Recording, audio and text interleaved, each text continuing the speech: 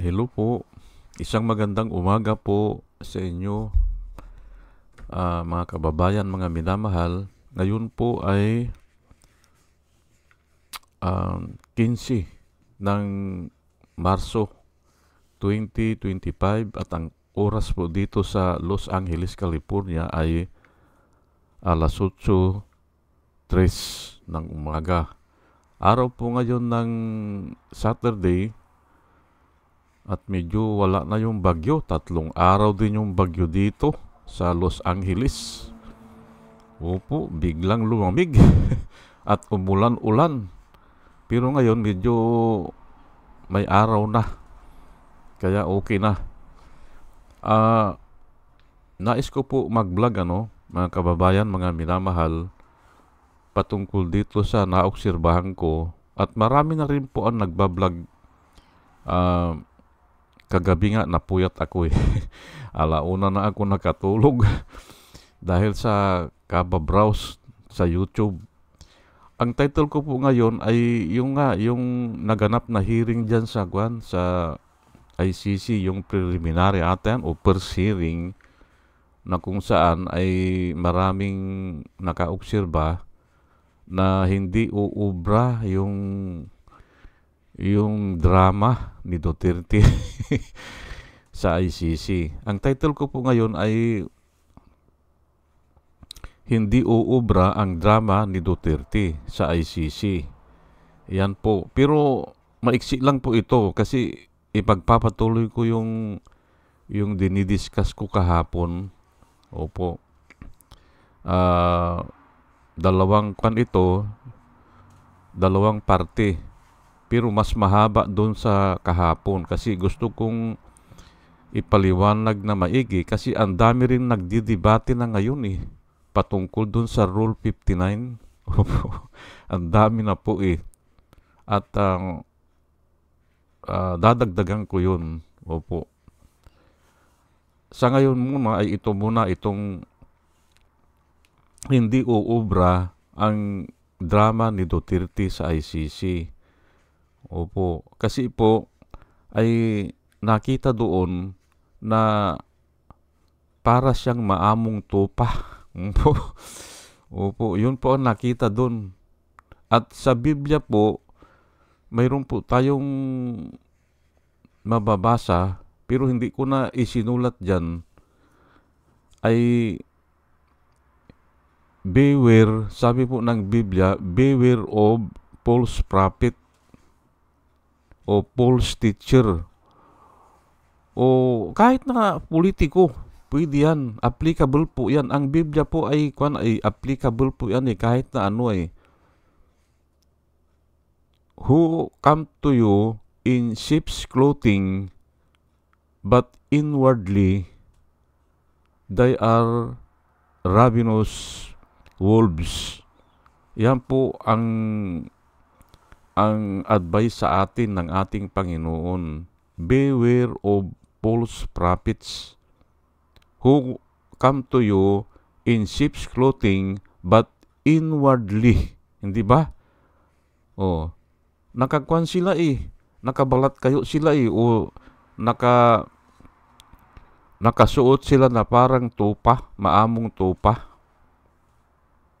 Pero ang kalooban nila o sa loob nila ay sila ay mabangis na wolf.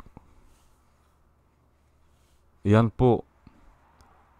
Ngayon ay hindi uubra yon dun sa Hindi uubra yon dun sa ICC kasi nga ang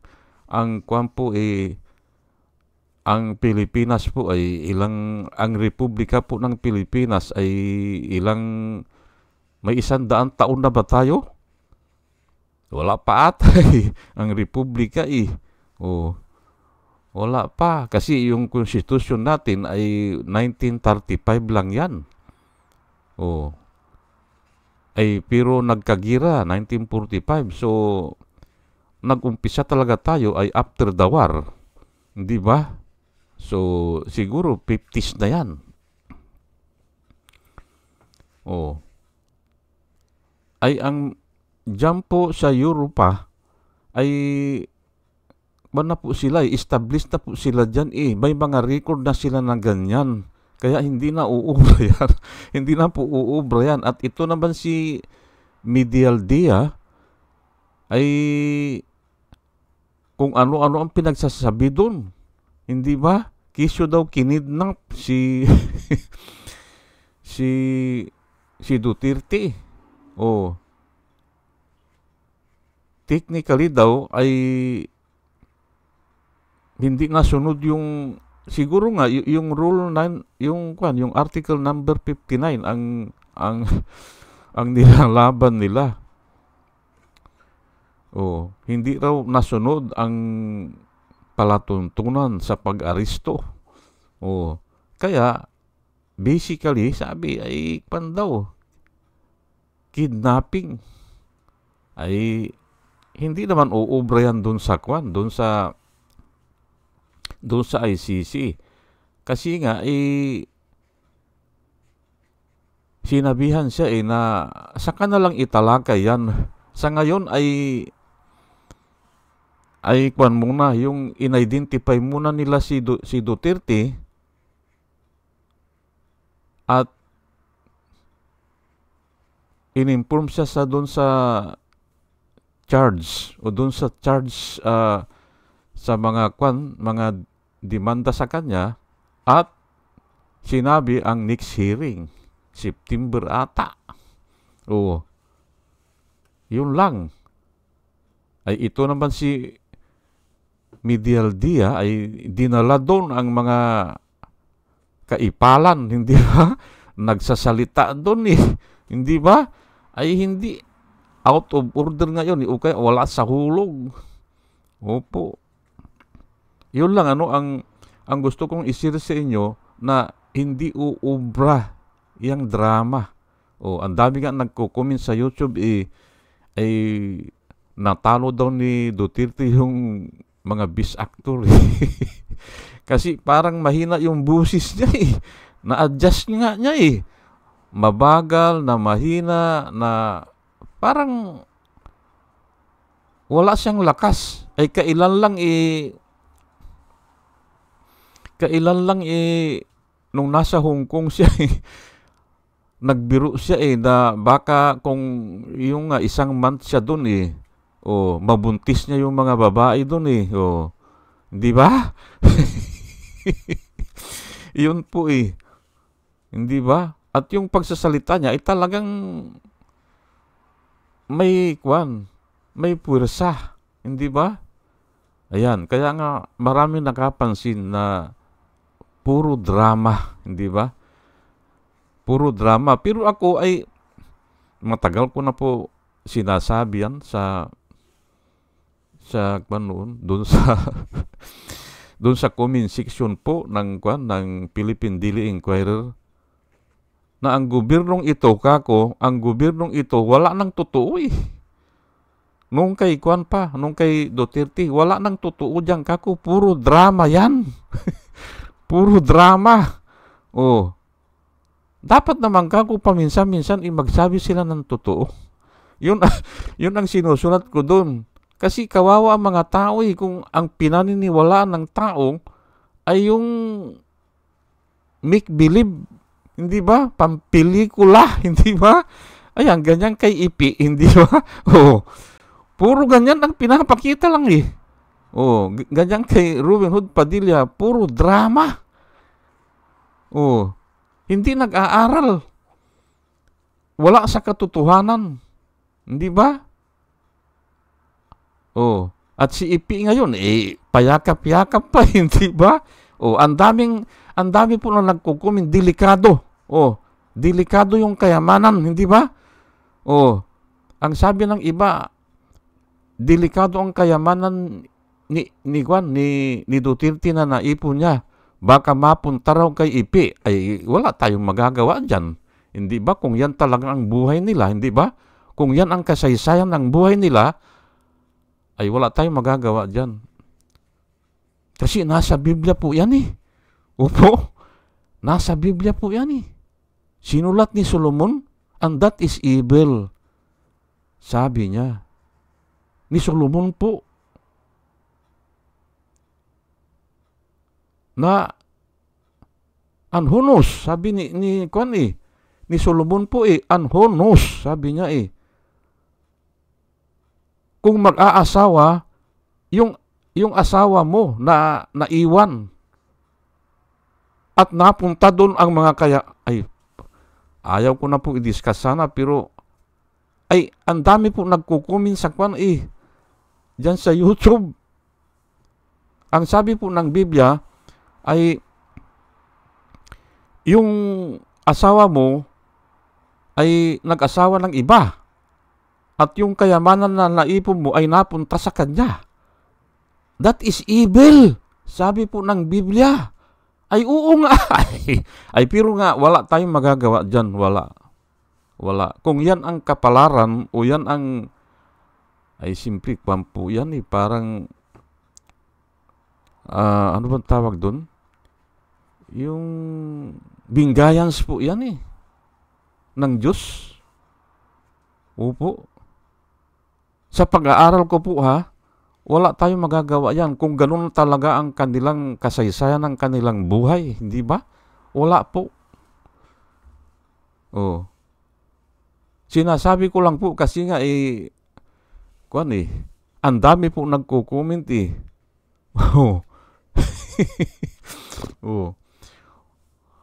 O sige po, at bago po ako pupunta dito sa isang topic, yung i-continue ko yung topic ko kahapon, ay hayaan nyo muna na batiin ko muna itong mga sumusubaybay sa atin at pasalamatan sila. Salamat po sa inyong lahat. Rosana Kawili ng Japan, Rosana Narumi ng Japan, Al Ulalya ng Bacoor, Pampanga, Librager, Alex Sarmiento, Dolor Garcia ng Milano, Italy, Nana Antibi ng Bahrain, Will Utaib ng Laguna, Nilson Balyaran, Julia Magbanua ng Singapore, Andre Deliver, Arnold Pernan ng Cebu, Larry Narbais, Jus Shalan, Elenita Sklapler ng Germany, Bin Puno, Liti Peralta ng Mamboro Occidental, Mindoro, Maribel Baligat Colio, Querti Q, Juna M, Rinaldo Abintino, Mel Herrera ng Evanston, Illinois, Ernesto Aburque, Pleasure E. Duarte, Hiyasmin San Juan, Roman Di Paz, Mary Grace Santos, Pacmando, John Cabrera, Luwin Sigako, Ike Maglasang, Linda Trasmonte, Linda Walton, Sasha Andigwid, Lini Bungat, Agripino C, Eduardo Gonzales ng Singapore, Bumble D, Di Juana Doco, Ernesto Honrado, Josephine Lucas, Bert Abogado, Dimitrio Pascual, Soledad de Maculangan, Brenda Martin, C.G. Torio, Melchor Tolentino, Brother Pacamara, Manuel Lim, Danilo Magno,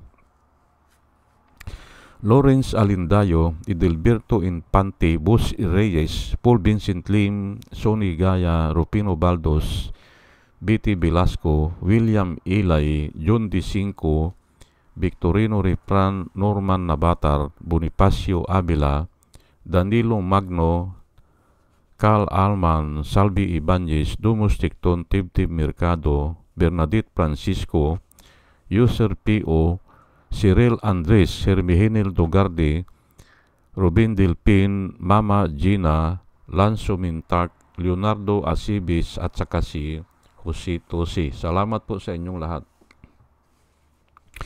At ito naman po ang mga vloggers na nire-recommenda ko po sa inyo na ating panoorin at suportahan. Ito po sila Michael Apasible Bulletin, Attorney Insurrecto, Bunyog Pagkakaisa, Vlogcaster Armandin, Engineer Toto Gausing, Aling Marie, Mr. Sa Totoo Lang To, Christian Isgira, PMTGR Vloggers, The Action Man, Roy Japantoros, Divina Apostol, CG Pichay, Kapihan ni Artat Ago, Demjus Journey, Kakamping, Ang Batas with Attorney Claire Castro, Kawaldi Carbonel, Attorney Silo Magno at saka si Kristan. Ugaliin po natin na makinig sa kanila at marami po tayong matututunan at nakikita ko po na sila ay nagbablog para po sa bayan. O sige po, at tayo po ay tuloy-tuloy na. ayun, gusto ko lang po ituloy yung diniscuss ko kahapon na yung Article 59 ng Rome Statute.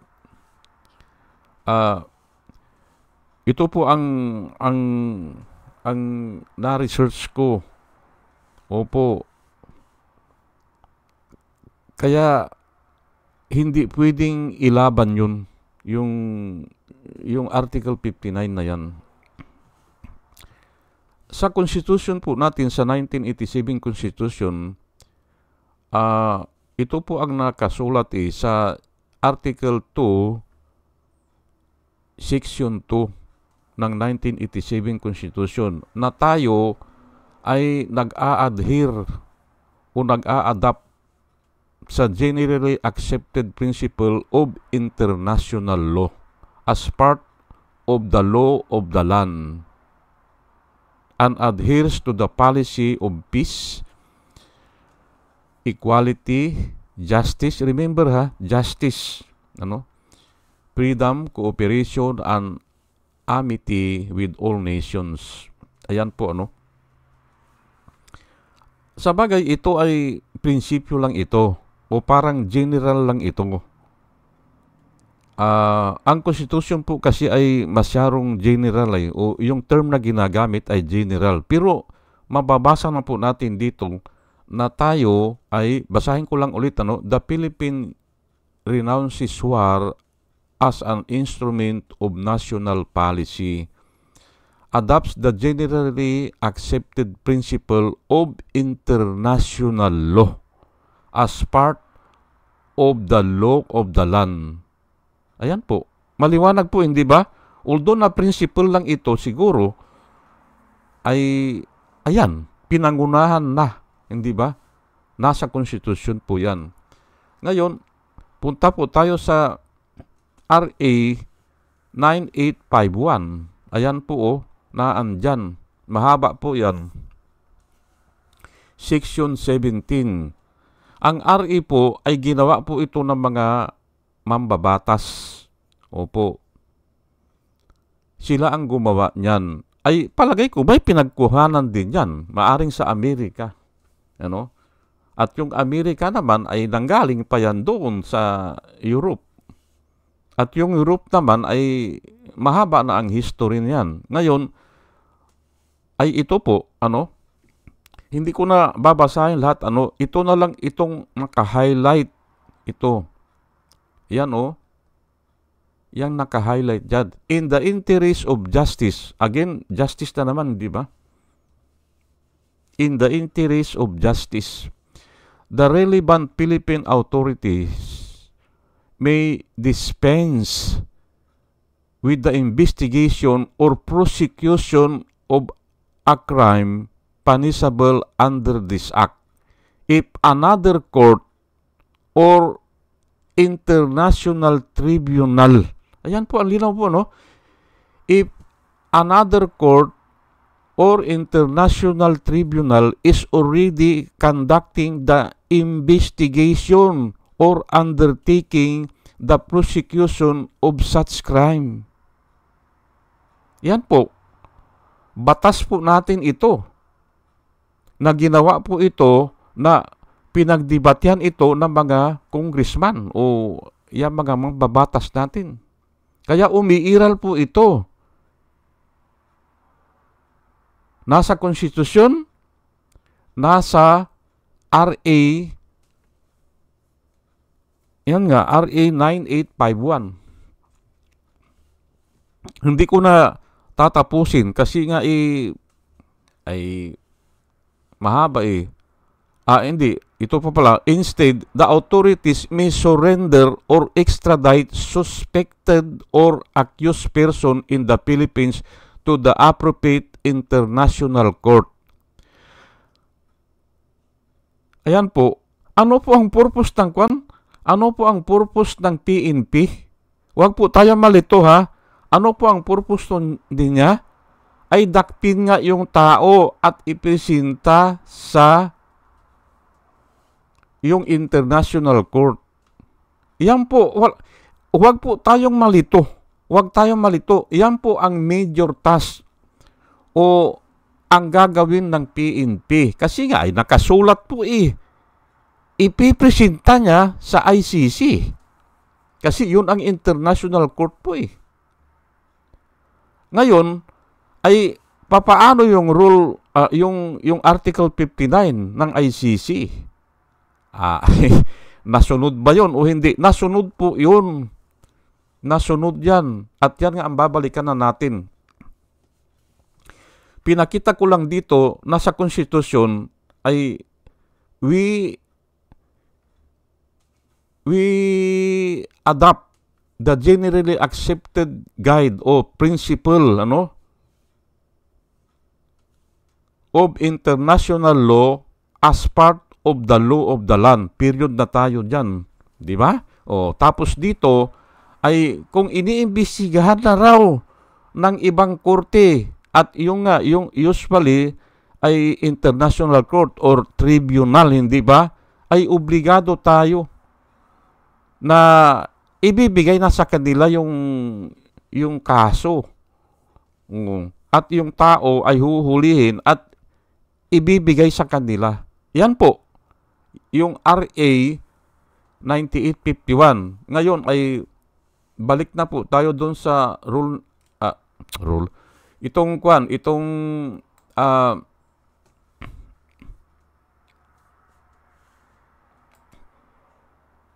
yung Article 59.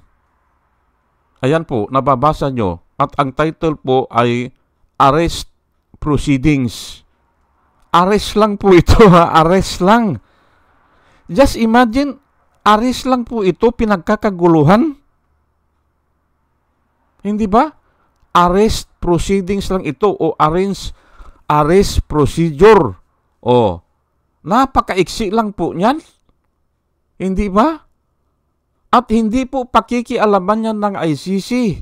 Kasi ang pakikialaman nila ay yung mismong kaso.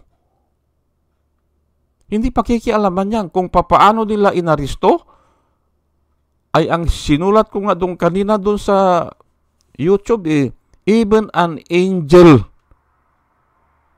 from heaven. Yun ang nag-aresto at dinala doon sa ICC. Ang sinabi ko, even an angel of heaven or from heaven, yun ang tumulong na nag-aresto. Walang pakialam po ang ICC dyan. Wala. Anong pakialam nila dyan? Ay arrest lang yan. Hindi na nga tayo kasama sa sa ICC at ano man ang magaganap kayo, wala nang complain. Hindi na pwedeng mag-complain. Yun po ang pinirmahan ni Duterte. Ano bang bagay na magaganap kayo nung umalis siya sa ICC, hindi na pwedeng i-honor doon. Kaya lang ito ino-honor kasi itong mga naganap na patayan ay naganap noong 2016 at saka noon pa. 2017 siguro, ay umalis tayo, 2019 ata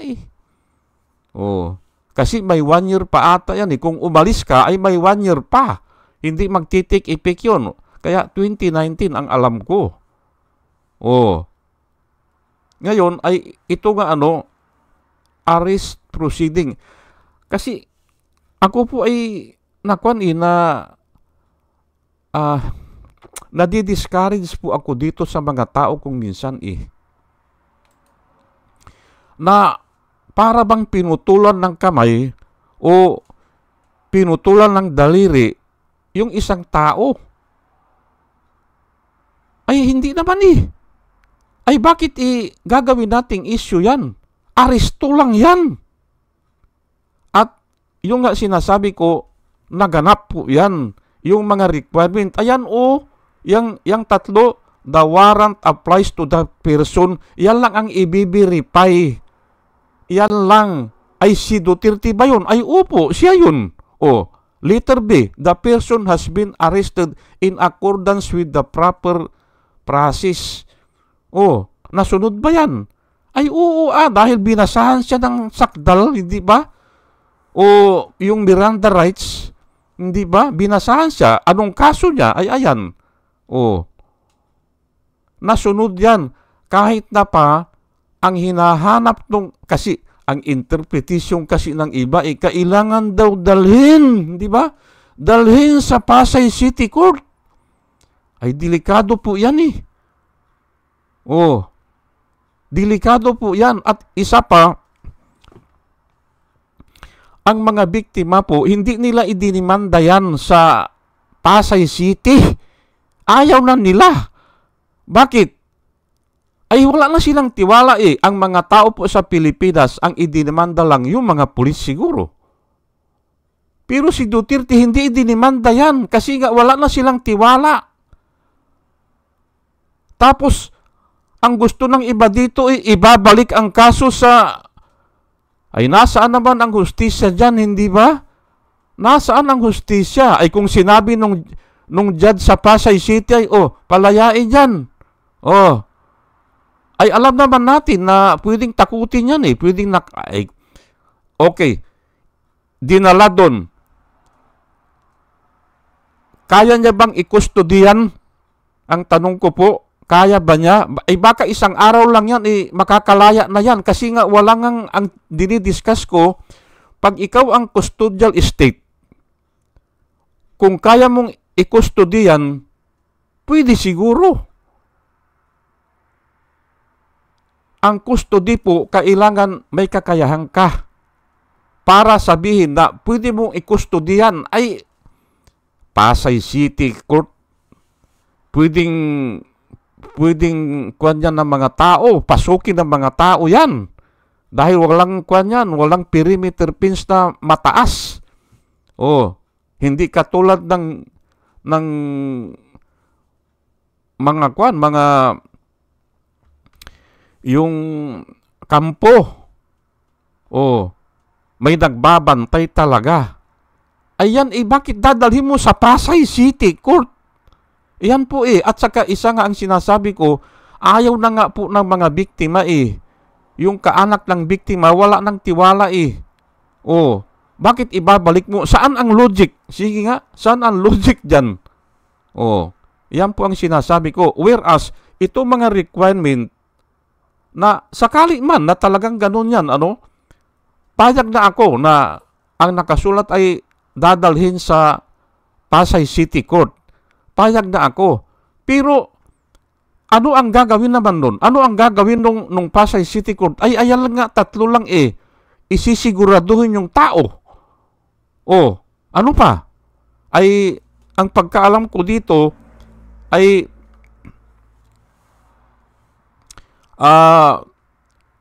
yung proseso ay nasunod. Pero parang hindi ganoon Parang yung sakdal ay ibabasa sa kanya Parang ganoon. Ayun nga, proseso nga yun Isa sa proseso yun Ay nasunod naman yan kasi nga ang pulis po ay officers of the court po din yan at kung yan lang ang ipapatrabaho, kaya nila yan.